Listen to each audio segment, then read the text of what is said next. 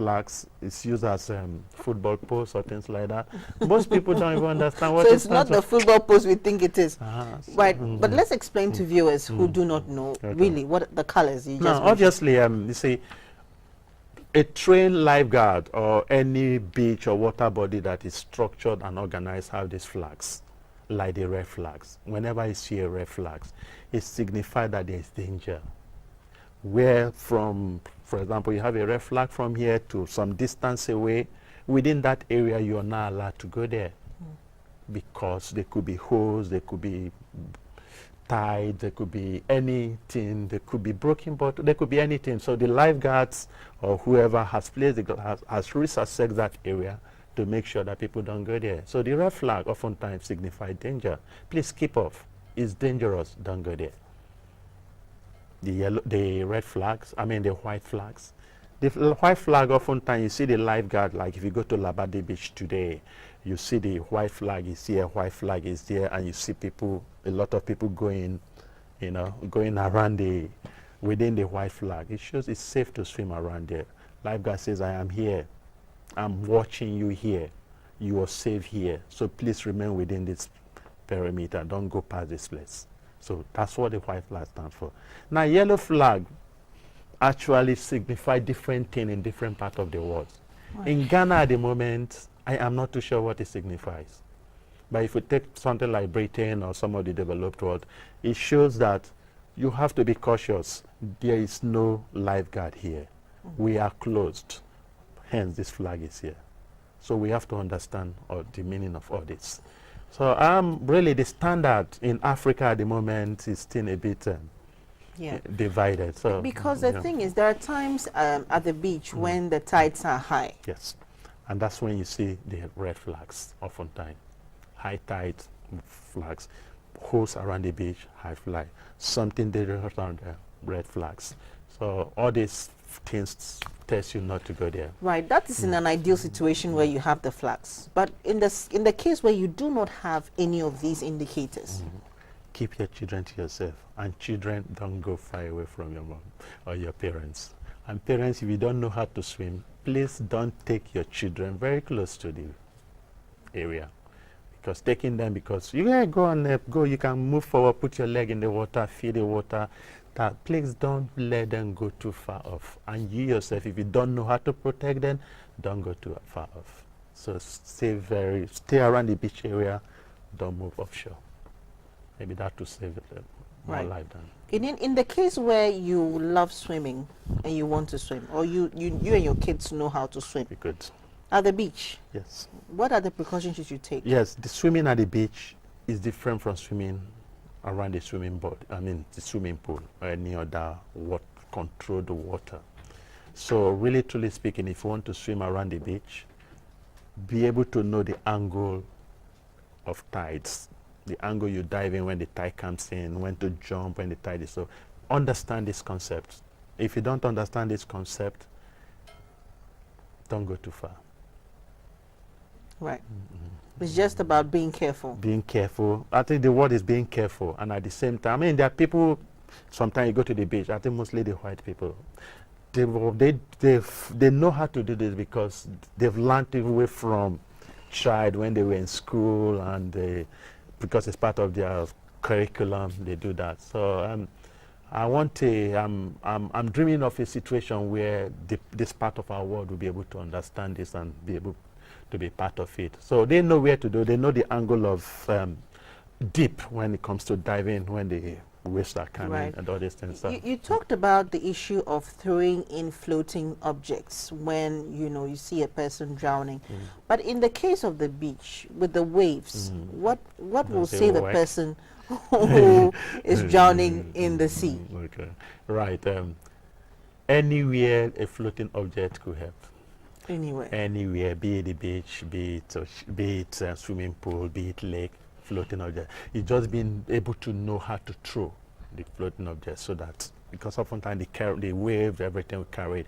But if you're trained how to throw this, then you should be able to use such thing. Right. Yeah. If you're drowning and you happen to grab hold of this floating object, how do you move away from the dangerous point good. to the safety. This is it. The thing is, as long as you keep holding on to that, the wave will keep going, and because if somebody is drowning or somebody is about to die, whatever they hold is what they hold.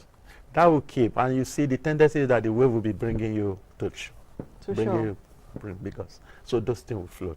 And you who knows how to throw should be able to encourage the person. So oh, kick your leg, come, I'm here to save you. Kick. You think they are not listening, but in fact they are listening.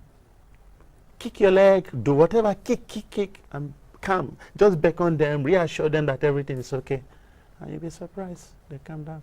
So would you recommend that we go to the beaches with some floating objects or some safety? Thank you. I would always recommend that, because most of the beach might not have it.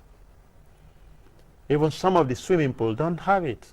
Where do we, what's the standard, and where do we get them to? Okay, very good. I mean, if you're looking at buoyancy aid, we call them, or safety objects. If you go to places like Cram or Game have some very good ones, you know. So, and I mean, if you contact us, FELIX Fitness Foundation, we should be able to supply you. You talk about safety objects. Now, this is where the life jacket comes to play. So the life jacket is a very important safety object, of safety equipment when it comes to safety around water bodies. So really, truly speaking, if you're taking your children to the beach and you're not sure what will happen, go and get some life jacket and make sure they have it on. Right. Now, for a person who does not know how to swim, but may be drowning and has hold of a floating object, how does a person make their way to safety? Well, it depends on where they are. It will depend on the water body they find themselves. If it's in the sea. If it's the sea, obviously, the wave will keep pulling, like I said, bringing them. What about if it's in a lake? Good. Lake, like, I mean, lake is as stagnant as the swimming pool, obviously. So if somebody is drowning in a lake and they grab hold of any floating object and they're on top of the water, really, truly speaking, the only thing you can do, whoever has thrown the floating object will have to reassure the person. Then, and even most modern aids or safety aids or buoyancy aids do have ropes, you know, kind of tied around them. Where when you throw and the person holds off, you can grab it and then pull. Yeah, so even a stick can save a life these days, depending they can grab hold of the stick. You talked about the importance of lifeguards. Should we have those lifeguards also at the lakes where we often go jet skiing and all of that? I think every water body where people go and have fun and relax and take their family should have a qualified lifeguard. Should we have danger spots, like you said, with the flags? Exactly. I mean, if the danger spot were recognized by the pool operator or the lifeguard, there should be a sign. So it's not just about setting up a resort in front of a lake and saying people can go on. You have but it has to come with some precautions. Yes, exactly. You have to know what you're doing. You cannot go out there and build a pool when you don't understand the hazards surrounding the pool. You cannot go there and hire a lifeguard when you don't even know how the lifeguard works or what are the duties of a lifeguard. You have to understand this concept. It's not only about the profit you should be looking at. You should be looking at the life, the safety of the people that will be coming to give you the money, the safety of children especially.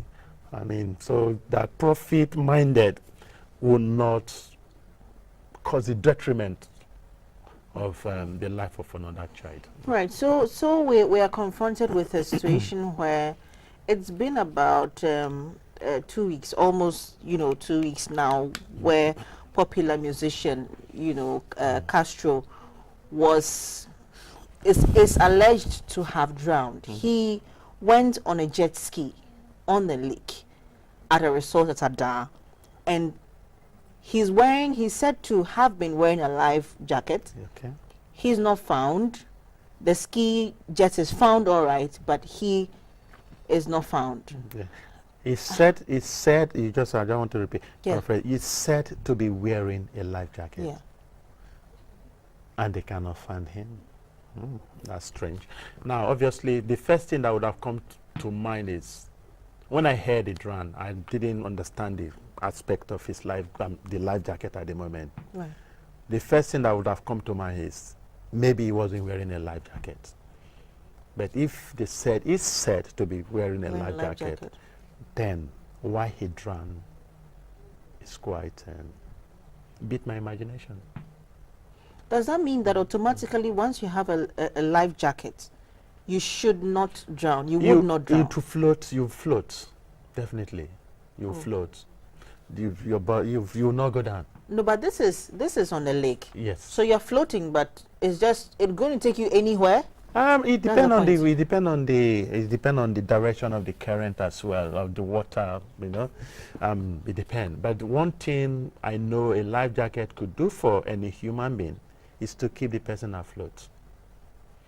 So wherever it's taking you to, then the tendency is that it depends on how fast the water is flowing as well. Right. You know. But if you happen to be wearing a life jacket, like in his case, he's said to have been wearing a life jacket, and but the person he was with was not in a life jacket, and if that person happens to be in danger, how do you help the person? Because you can keep afloat.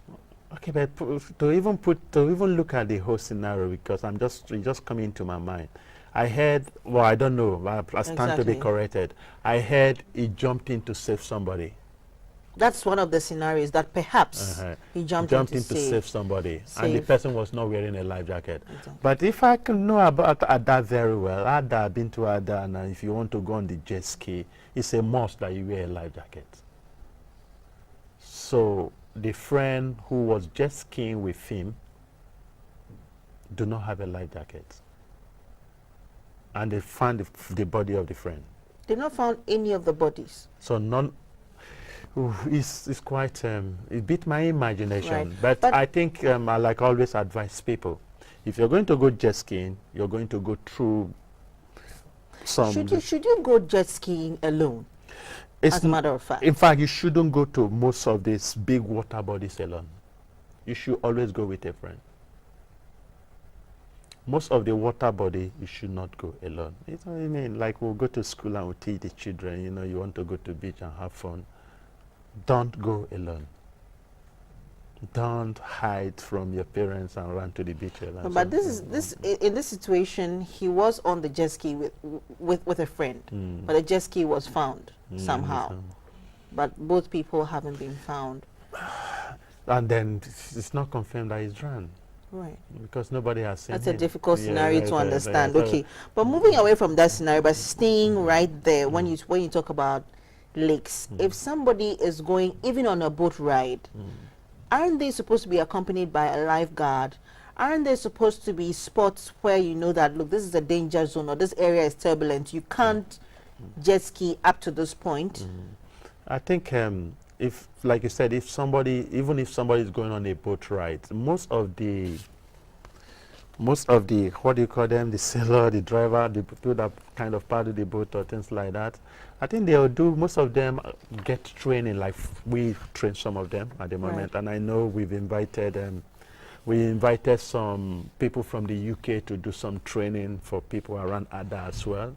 And the truth is that before you can drive or you can paddle or you can sail a boat or whatever, you should know the terrain. You should be able to understand the course. You should be able to understand the danger zone. So at that time, whoever is on the driving wheel of the boat, oftentimes double up to be the lifeguards. Right. Now, but what we always tell people is that if you're going to go on a water course, you must always have your life jacket. Okay. In any boat you're traveling, any boat you're going to travel in, if there's no life jacket, don't go. Tell them to go. So the driver, the sailor, or whatever we call them, oftentimes are trained to understand what to do when it comes to emergencies or eventualities. So whether there should be a lifeguard on board, oftentimes it has to come with cost as well. Right. So, Right, yeah. but we have some communities along, water bodies like Ada and such areas, and these people commute to and fro with their boats. I mean, all the time.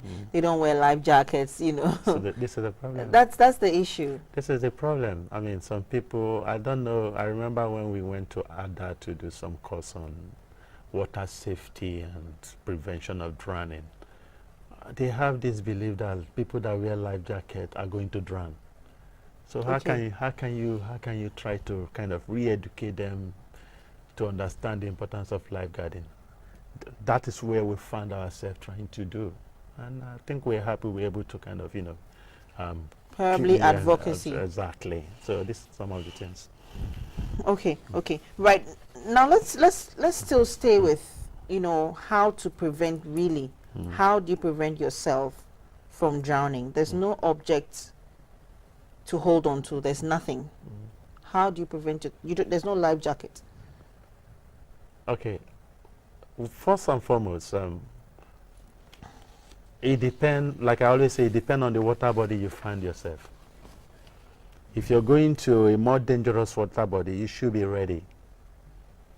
Okay, because the tendency that these things are going to happen will happen.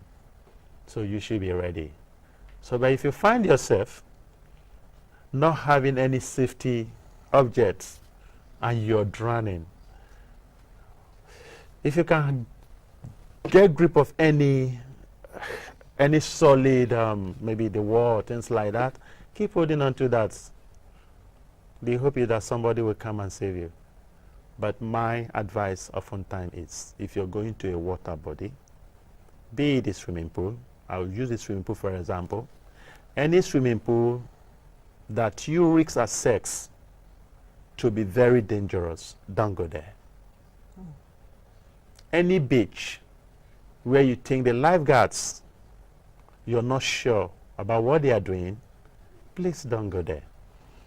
So I think, really truly speaking, before you get to that stage where you find yourself not having things that will save you, be sure of what were there before you actually go there. Right. So will it be right for parents to keep allowing their children to just go off to the beach? Parents ask their children ask their parents for permission to go on a beach trip with friends, and they don't come back. Some drowning. Okay, yes, things like that happen. It is, I mean, this is a common thing in Africa these days. The truth is, starting from whoever is taking them to the beach, what were the arrangement made, how many people understand the risk assessment around the area, what risk assessment has been made, and what were the preventive measure put in place. So really, truly speaking, if those questions are no, then my child is not going. Right. So you see a loved one drowning, be it in the pool or wherever, and you want to save them, yet you don't have any safety gear. What do you do? FELIX, the last thing you must do if you see your friend drowning is to jump into the But pool. it's no, I mean, I want to come in here. It's just hard to see a loved one, a friend, a relative just drowning, and you just watch, and not be tempted to jump in to save the person. Yes, I mean, it's human instinct to do that. Yes. But it's also deadly if you don't know what to do. So really, truly speaking, look around you, see if you have some floating object that could save that your friend, rather than jumping in, especially when you can swim yourself. So it's, I know. If you can't swim, though. Even if you can swim, you have to be trained. You see, if somebody is drowning and you're swimming to help that person, the tendency is that the person will grab you from a very wrong angle. And once you're grabbed from the very wrong angle, you will go down. But if you want to jump in to save somebody, make sure you have undergone some training on how to save a casualty.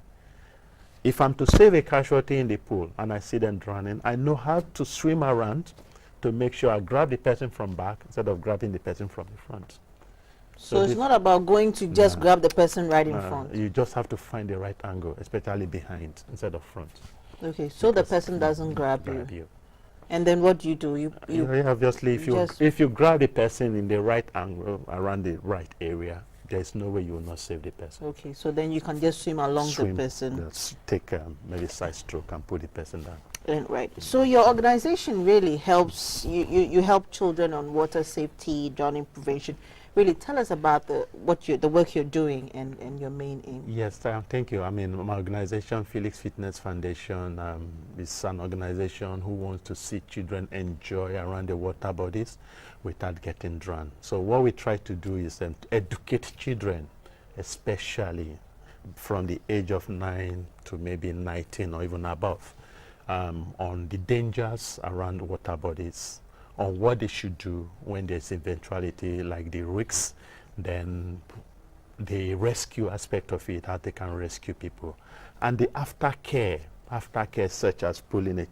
Once you rescue a drowning person, what you must do to make sure that the person's heart is still beating, which is CPR, cardiopulmonary resuscitation. So we take them through all this process, making sure they get, if the heart stop beating, they try and keep the person beating.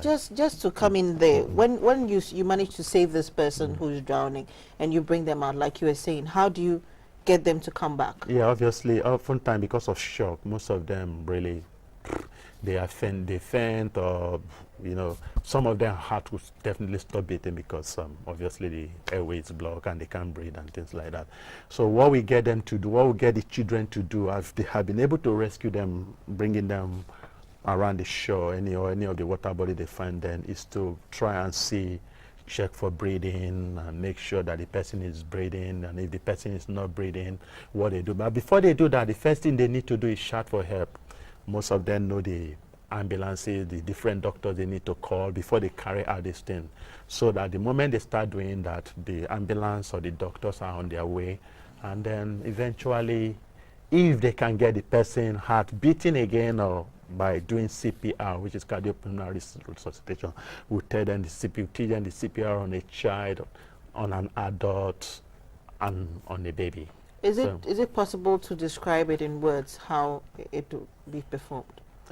Yes, I mean, this the CPR, cardiopulmonary resuscitation, you give to every child or every human being differs. Like for baby, for a child, and for adults, you see the number of compression these days. I think they have defined it to be the same, but the hands you use, like for a child, you use your 2 fingers to make sure when you put your inflation by blowing artificial air into their lungs, and doing some CPR, that's a compression, to make sure that their heart keep coming again.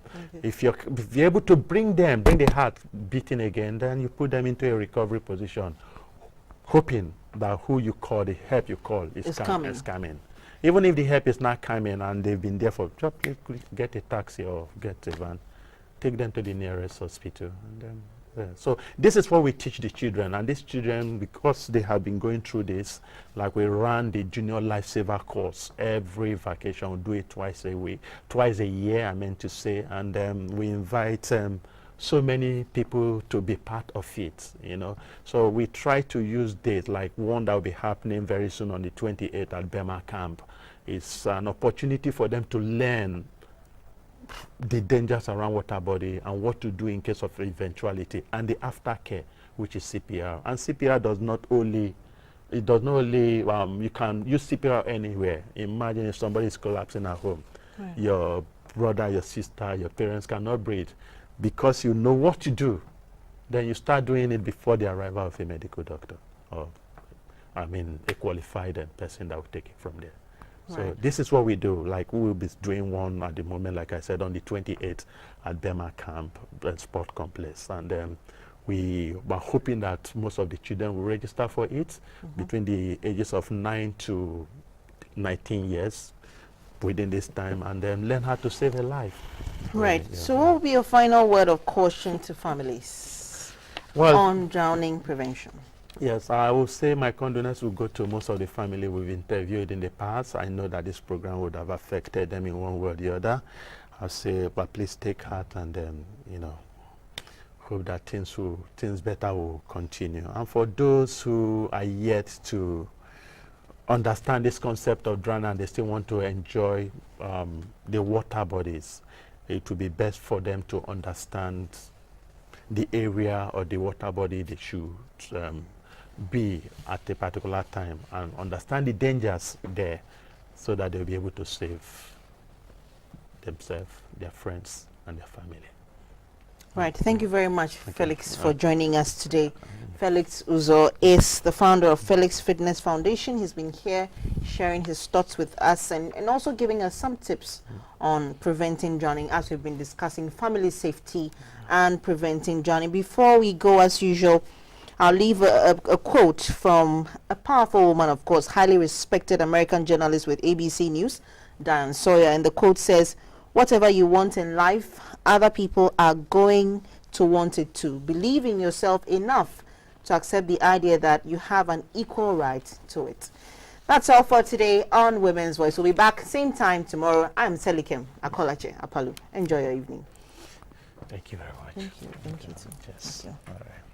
It's